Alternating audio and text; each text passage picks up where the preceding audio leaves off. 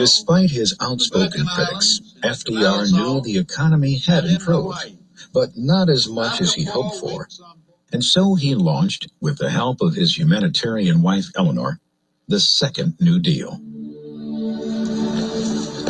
Mrs. Roosevelt traveled the country from coast to coast, seeing the poverty and suffering, urging her husband to provide even more help to the needy.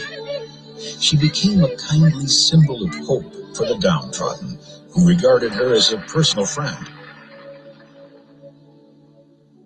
Thousands of children wrote to her, asking for help.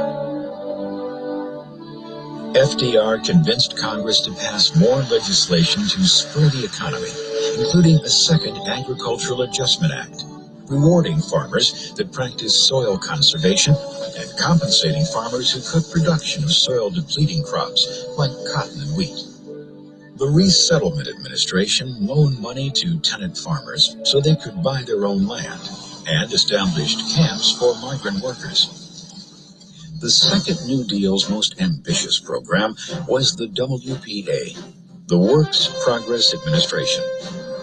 The WPA created more than 8 million jobs from 1935 to 1943 for a great many unskilled workers and professionals.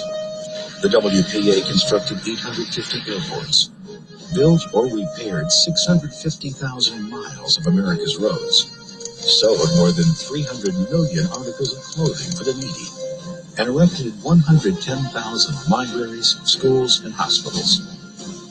Artists, authors, and musicians found work in the WPA too, painting murals on public buildings, writing, performing, and composing. A National Youth Administration was also created to provide aid and part-time employment for students in need. The Second New Deal also helped reform labor laws with the passage of the Wagner Act, which supported workers' rights to form unions, and the establishment of the National Labor Relations Board to prevent unfair labor practices. From 1933 to 1941, the number of union workers rose from 3 million to 8.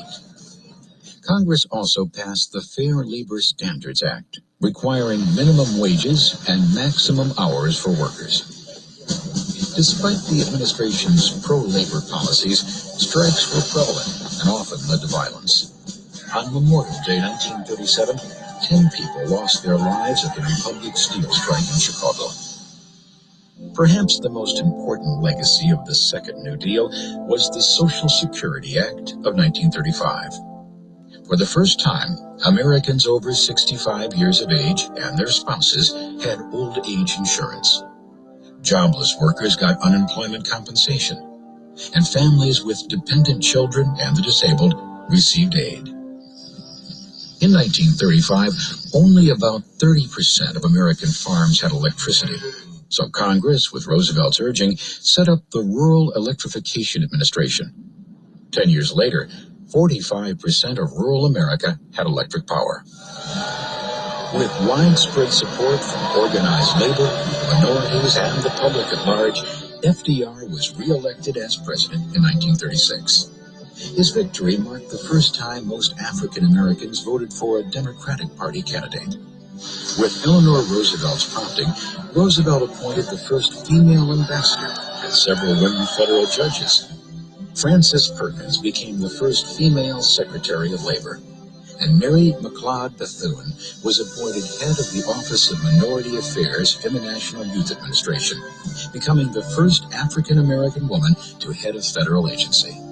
Meanwhile, Mrs. Roosevelt defied the Daughters of the American Revolution, publicly resigning her membership when the DAR refused to let Marian Anderson sing in Washington, D.C.'s Constitution Hall because of her color.